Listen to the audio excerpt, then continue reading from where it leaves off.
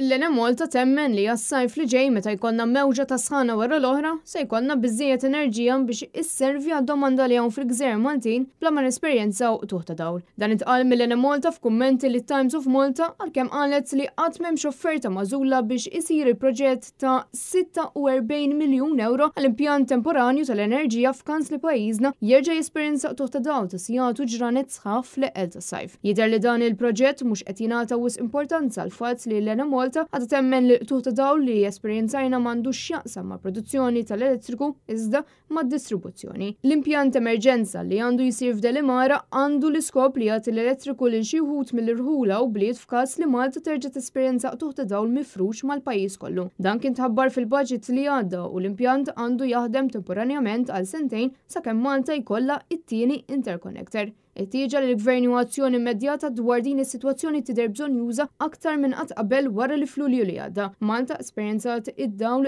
ġejju sejjer għal 10 ijiem sħaħ bil-Ministru twaħħal fil-mewġ ta' sħana. Wara da kollu f'daqqa, dan kollu f'daqqa, ġifieri dak ikkolla stat is-sistema ġifieri.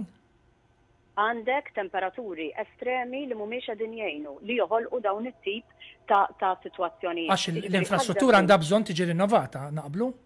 ħadżebbuċ rrid jinqala transformer. Sabiex l-impjant ġdid jibda jopera qabel jibda Lulju, il-kumpanija li tintażel trid tibda taħdem fuq illum qabel għada. Nara kif fi żmien 3 xhur inkunu diġà dħalna fis-sajf, iżda l-Ena Malta għadha għaddejja bil-proċess ta' evalwazzjoni. Il-Chairperson tal-Ena Malta konferma li s-sajf li għadda kellna żieda ta' 14% fid-domanda għall-elettriku meta kumparat ma' sjuf oħrajn u din id-domanda mistennija tiżdied aktar fis-sajf li ġej.